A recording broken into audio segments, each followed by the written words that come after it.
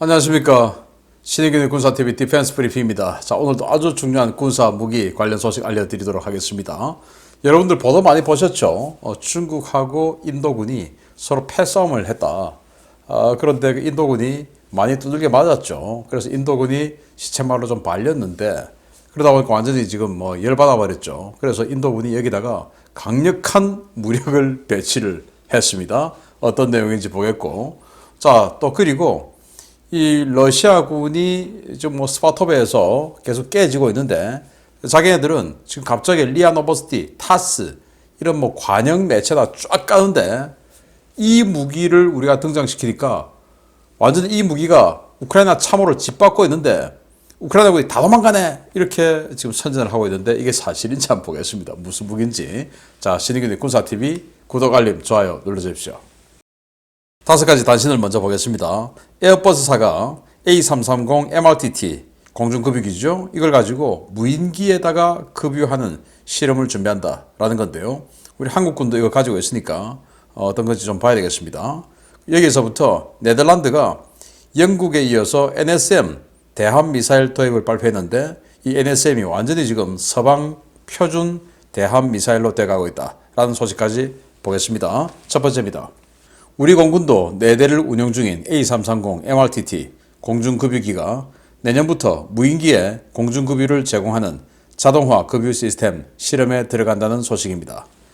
유인 공중급유기와 무인기 사이의 공중급유는 기술적으로 대단히 난이도가 높은데 우리나라도 에어버스 측에 인력과 자본을 제공하고 일부나마 기술을 공유하는 방안을 추진해야 할 것 같습니다. 구매를 타진하는 나라마다 온갖 이슈가 터지며 신형 전투기를 구매하지 못하고 있는 아르헨티나가 결국 신형 전투기 구매 사업 포기를 선언했습니다. 알베르토 페르난데스 아르헨티나 대통령이 아르헨티나는 주변 국가들과 분쟁이 없으며 전투기를 도입할 필요가 없다라며 전투기 조달 사업 포기를 공식 선언했습니다. 요즘 폴란드가 한참 메이드 인 코리아에 빠진 것 같습니다. 폴란드 매체들이 최근 폴란드에 K2 전차와 K9 자주포를 실어 나른 화물선 BBC 펄호에 또 다른 보물이 실려 있었다라며 수도 바르샤바 한복판을 달릴 현대로템의 트램을 집중 조명하고 있어 주목됩니다. 스웨덴이 우크라이나군에 그리펜 전투기를 공급해 실전 기록을 쌓고 수출고를 늘려보려는 계획을 포기한 모양입니다. 폴 존슨 스웨덴 국방장관이 올렉시 레즈니코프 우크라이나 국방장관과의 합동 브리핑을 갖고 스웨덴은 우크라이나에 그리펜 전투기를 공급하지 않기로 했다고 밝혀 이번 스웨덴 국방장관 방문으로 그리펜 공급 소식을 기대했던 우크라이나 주민들이 실망에 빠졌다는 소식입니다. 네덜란드도 하푼 미사일을 대체하는 4세대 대함 미사일로 노르웨이 콩스버그사의 NSM을 선정했다는 소식입니다. 현재 NSM을 운영하고 있는 미국과 노르웨이, 폴란드에 이어 스페인, 루마니아, 영국, 독일, 캐나다, 호주, 일본이 연달아 NSM을 도입을 확장하면서 NSM이 하푼의 뒤를 잇는 서방세계 표준 대함미사일로 자리 잡아가고 있는 모양새입니다. 자, 우리 한국공군이 가지고 있는 시그너스 A330 MRTT 공중급유기죠. 이거 에어버스가 만들었는데 무인기에다가 급유하는 지금 그걸 연구하고 개발한다라는 거예요.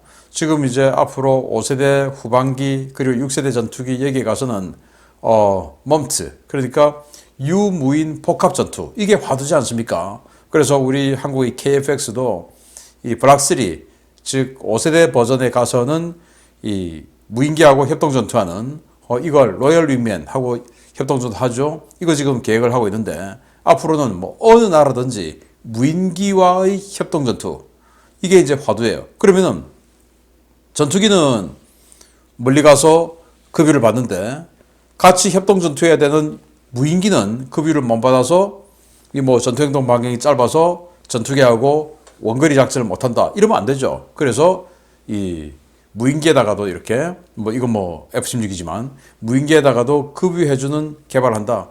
자, 그러면 우리 한국도 이걸 가지고 있고 또 추가 도입할 거고 그러니까 에어버스사의 기술 개발에 우리도 동참을 하는 것이 어떠냐.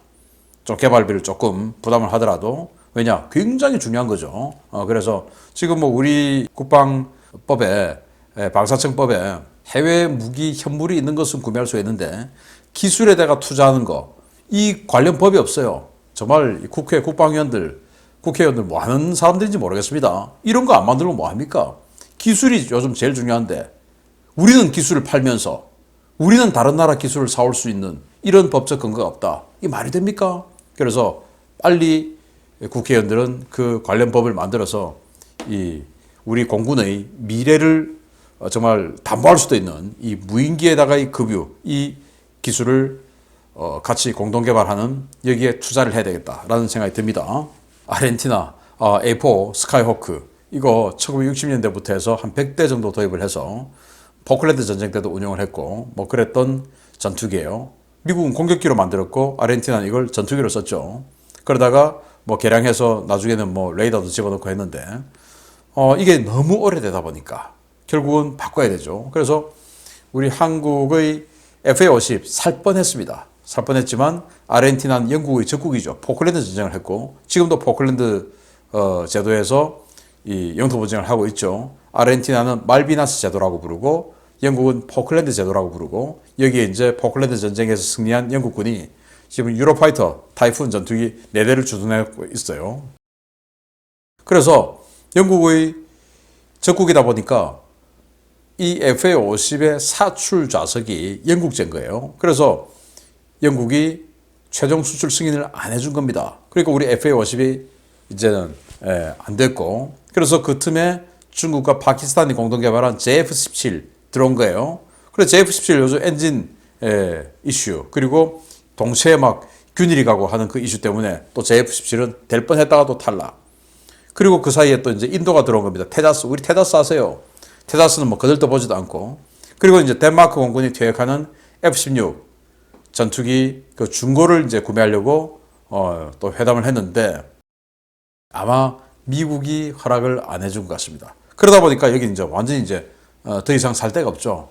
그래서 포기를 선언했습니다. 아르헨티나 뭐 주변에 적국도 없으니까 우린 전투기 필요 없어 라고 정신 승리를 하는데 아니 콜롬비아는 왜 하겠습니까? 베네수엘라는 왜 하겠습니까? 페루는 왜 전투기를 사겠습니까? 브라질은 왜 그리펜을 샀겠습니까? 이 국가 안보는 언제 어느 때 어떤 일이 생길지 모르기 때문에 항상 준비를 해놓고 있어야 되는데 정말 이 아르헨티나가 자기네들의 안보를 포기를 하는 이 모양새를 결국 보이네요. 자, 여기 지하철 가던 전철이죠. 그래서 지난번에 K9 자주포, K2 흑표전차 같이 갔는데 그 K2 흑표전차를 만드는 현대로템, 사실은 현대로템이 전차를 만드는 회사지만 과거에는 현대전공으로 불렸던 회사고 지금은 로템으로 이야기를 하죠. 이 현대전공, 지금의 현대로템이 진짜로는 뭐가 전공이냐? 바로 열차, KTX 만들고 지하철 만들고 객차 만들고 이거 전공 아닙니까? 그래서 여러분들 지하철 타시면 그렇게 어디서 만들었다 보면 로템 적어놨습니다. KTX, SRT 다 로템에서 만들죠. 그래서 바르샤바의 그 트램 전철을 납품을 했는가 봅니다. 그래서 K9 자주포, K2 전차만 온 게 아니라 또 다른 보물이 왔어 하고는 지금 이 폴란드 매체들이 쫙 쓰고 있는데 아마 한국에 대한 이미지가 이렇게 엄청나게 좋은 것 같습니다. 또 다른 보물이다 라고 이야기를 할 정도로 참 어쨌든 기분 좋습니다. 밀리터리는 아니지만 소개해드렸습니다. 자, 스웨덴 국방장관과 우크라이나 국방장관이 회담을 했습니다.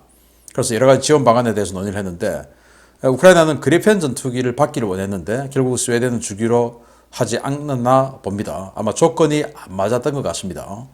참 안타까운데 우크라이나 입장에서는 아주 강력한 이 4세대 전투기 이 그리펜 받아서 뭔가 좀 제공전을 제대로 한번 해보고 싶었을 텐데 안타깝게 되었습니다.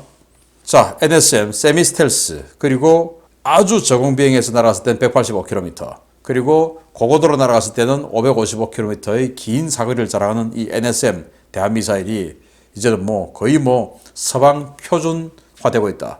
여기에다가 스텔스로 다 가다듬은 게 이제 미국이 만든 또 JSM이고 이걸 바탕으로 만들었죠. 또 그걸 바탕으로 이제 계속 개량을 하고 있는데 아무튼 우리나라도 이런 스텔스 순항미사일, 대한미사일을 빨리 만들어야 되겠다. 지금 해성 너무 이제 구형입니다. 자, 이런 단신 바탕으로 주요 소식 들어갑니다. 러시아군은 주기적으로 거짓말이나 허풍을 늘어놓지 않으면 입에 가시가 돋치는 모양입니다. 최근 스바토베 전선에서 러시아군 방어선이 하나둘씩 깨지고 있다는 소식이 들려오는 가운데 러시아군이 이곳에 최신형 히든카드를 투입해 우크라이나군을 사냥하고 있다고 주장해 논란이 되고 있습니다.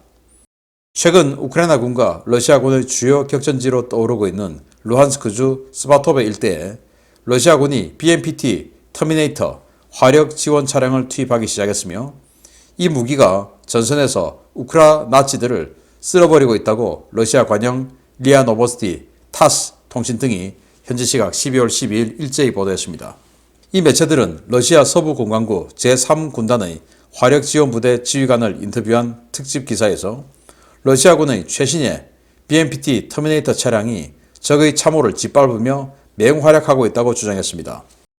이 기사에 등장하는 러시아군 제3군단 예하부대 지휘관은 최근의 전투에서 우리는 적의 방어진지를 유린하며 참호를 짓밟았고 적군은 우리 터미네이터를 보고 도망쳤다 라며 그들에게 이것은 익숙하지 않은 기계이고 이해할 수 없는 괴기한 물건일 것이다 라고 주장했습니다.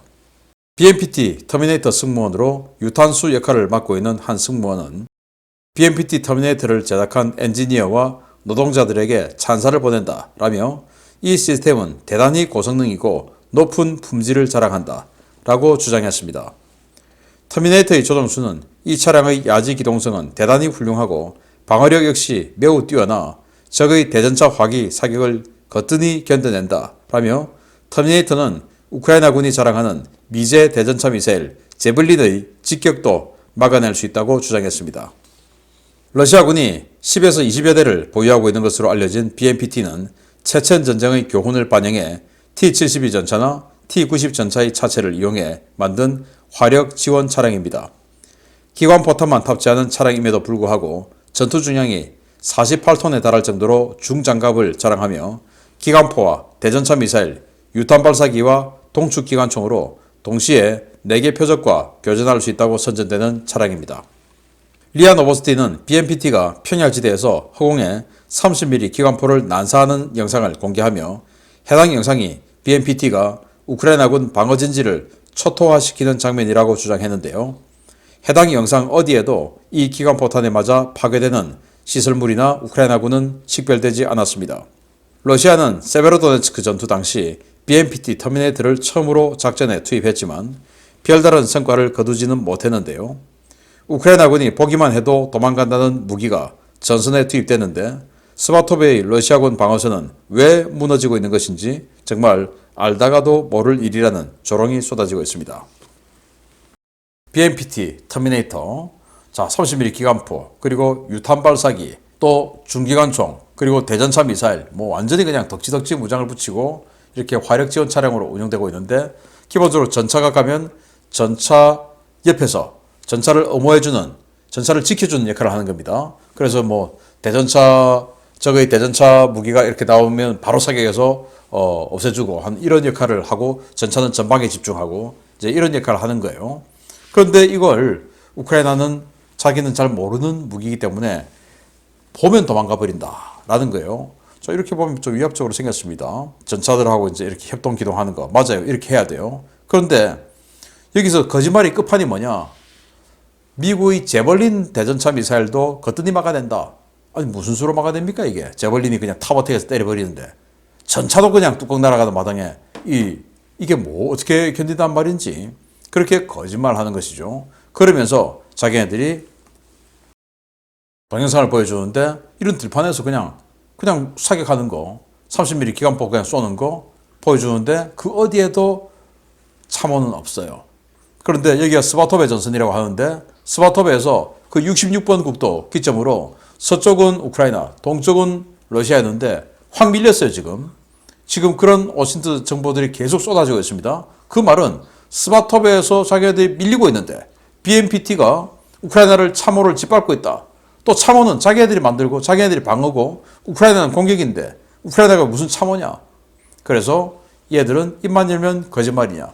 오죽하면 지금 러시아 오신트 소식통들이 좀 제발 좀 그만해라. 부끄럽다. 그만해라 좀 이라고 하고 있는 상황입니다. 어떻게 입만 열면 거짓말이고 그게 거짓말 하자마자 바로 들키는지 거짓말도 좀 그럴싸하게 해야 되는데 여기는 너무 얼토당토 않게 거짓말을 하고 있습니다. 다음입니다. 인도와 중국이 또 국경 지역에서 충돌했습니다. 수십 명의 병력들이 집단 패싸움을 벌여 여러 명이 중상을 입는 피해가 발생했는데요.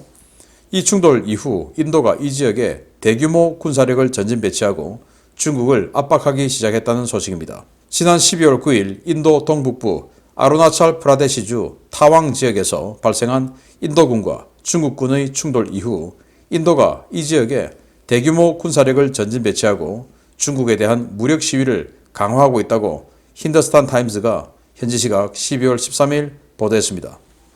매체는 인도군 관계자를 인용해서 인도 공군이 분쟁이 발생한 타왕 지역에 설치된 전진 비행장을 비롯해 인근의 테즈푸르, 차부야 등 산악지역 임시 비행장에 다수의 수호이 30MKI 전투기를 전진 배치했다고 전했습니다. 타왕 공군기지는 인도와 중국이 설정한 사실상의 국경선인 실질 통제선에서 불과 14km 떨어진 임시 비행장이었는데요. 고원지대의 헬기장이었던 이곳은 최근 인도의 대대적인 확장 공사로 C-130급 수송기 이착륙이 가능한 비행장으로 확장되었습니다. 인도 공군은 이번 전투기 전진 배치가 중국의 도발에 따른 것임을 분명히 했습니다. 인도 공군은 최근 며칠간 중국 무장 드론이 실질 통제선을 넘어 인도 영공에 진입했다라며 이 무장 드론들은 국경지역의 인도군 주둔지에 여러 차례 접근해 위협을 가했는데 향후 이러한 일이 재발될 경우 이 드론들은 경고 없이 격추될 것이라고 밝혔습니다. 인도가 이 지역에 전진 배치한 수호이 30MKI 전투기는 최소 12대 이상인데요. 인도는 수호이 30MKI 전투기가 배치된 아루나찰 프라데시주 배후에 있는 웨스트 벵골주 하시마라에서도 최신형 라팔 F3R 전투기를 아루나찰 프라데시주 바로 아래에 있는 아삼주에는 S-400 지대공 미사일을 전진 배치해 중국과의 공중 충돌에 대비하고 있습니다. 이번에 패싸움이 벌어진 타왕 지역은 1914년 영국령이었던 인도와 티베트 간의 국경 합의를 통해 인도로 편입된 곳이지만 중국이 이곳을 짱난 지역이라 부르며 영유권을 주장해 지난 1962년 중인 전쟁의 원인이 된 곳인데요. 지난 2020년 6월에도 다른 국경 지역인 라다크 지역에서 양측 병력이 강목과 돌을 들고 패싸움을 벌여 수십 명의 사상자가 발생하기도 했었습니다. 인도는 이번 패싸움을 계기로 유인기와 무인기를 막론하고 타왕 지역 상공에 나타나는 모든 중국 비행체를 격추하겠다고 으름장을 놓고 있는데요. 최근 사우디에서 한껏 기가 오른 중국이 인도를 상대로 어떤 도발에 나설지 지켜봐야 하겠습니다. 수호이 30 중에서 제일 이 성능 좋다라고 알려진 인도의 수호이 30 MKI 이거 지금 뭐 여러 대를 배치를 했다라는 건데 뭐 계곡이 있고요. 여기 이제 시커먼 이 사람들이 중국군 그리고 여기 도망가고 있는 이 사람들이 인도군. 여기 보시면 지금 인도군이 계곡에 넘어져 있고 그걸 뒤에서 몽둥이로 좀 때리고 있는 중국군이 보이죠. 중국군 보시면 제대로 준비했습니다. 방석복 이거 다 입고 미리 몽둥이하고 방패 다 차고 마치 펠랑스 진영을 딱 짜가지고 이렇게 들어오는데 이게 이제 전경들이 시위 진압할 때 하는 그런 진영을 짜고 들어오다가 시위대가 무너지면 이렇게 잡으러 가는 거죠. 저도 의경생활해서 몇 번 시위 진압하러 가봤는데 그렇게 합니다. 그렇게 하고 있어요. 라다크에서는 카라코름 산맥이죠. 여기 히말라야 산맥이고 카라코름 산맥은 K2라는 그 엄청나게 높은 산이 있는 곳이 카라코름 산맥. 여기는 히말라야 에베레스트 산이 있는 히말라야 산맥. 카라코름 그 라다크 지역에서는 인도군이 그때 싸우면서 이겼어요.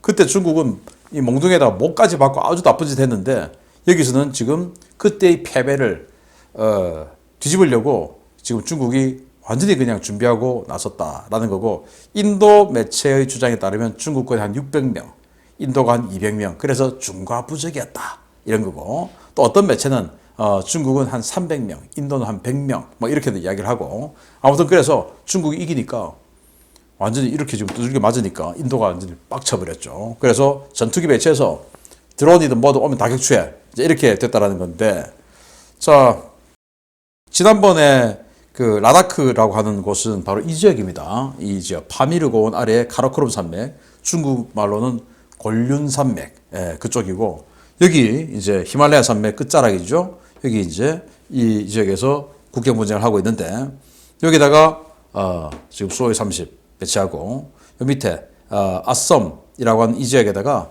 S400하고 라팔 배치하고 여기도 라팔 배치하고 여기도 수호의 30 배치하고 이런 식으로 해가지고 나타나면 격추시켜 라고 하는데 부디 나타나면 격추시켜서 제가 여러분들께 아주 기분 좋게 알려드릴 수 있는 뉴스거리를 제공해 주기를 바랍니다. 마치겠습니다. 감사합니다.